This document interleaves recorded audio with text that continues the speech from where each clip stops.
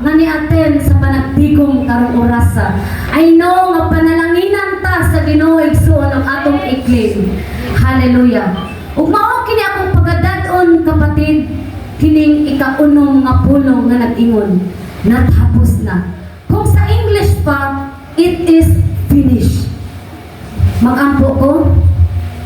Kuhanan namin nga magpahayag sa pulong. Sa ta mahuman kapatid. Sige po.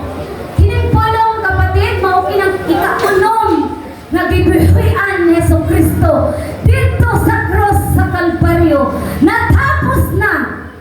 Ang iyang verse na makita diya sa Juan 19 verse 30. Human makatilaw si Jesus sa suta, miingon siya, natapos na! Unya, midugo siya. O, namatay. Kung imong tanawon or basahon pag-ayo igsoon sa mga theologian, mura siya og negative. Tungod kay, natapos na, pagkahuman, namatay. Mura kong tao igsoon, nahuman na niya, na siya gibuhat niya sa kalibutan, ug maabot ang panahon nga mamatay ang tao.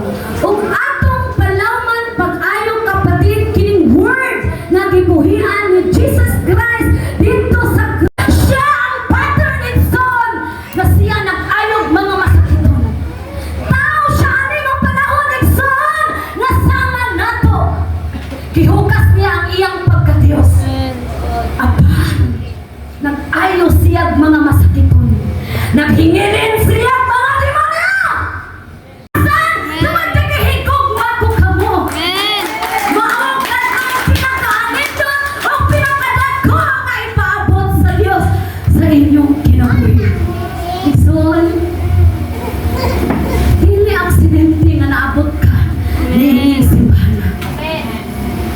Dili, Diyod ko, matuoy, son, nga dili ka gamiton sa Diyos. Kaya ingon na mismo ang iyang tulong, natapos na. Himuon ka sa Ginoong kalagad. Musangyaw ka sa iyong pulong. Dili ako tama ng God, ang paano sa gibuhat sa Diyos sa akong kinabuhi.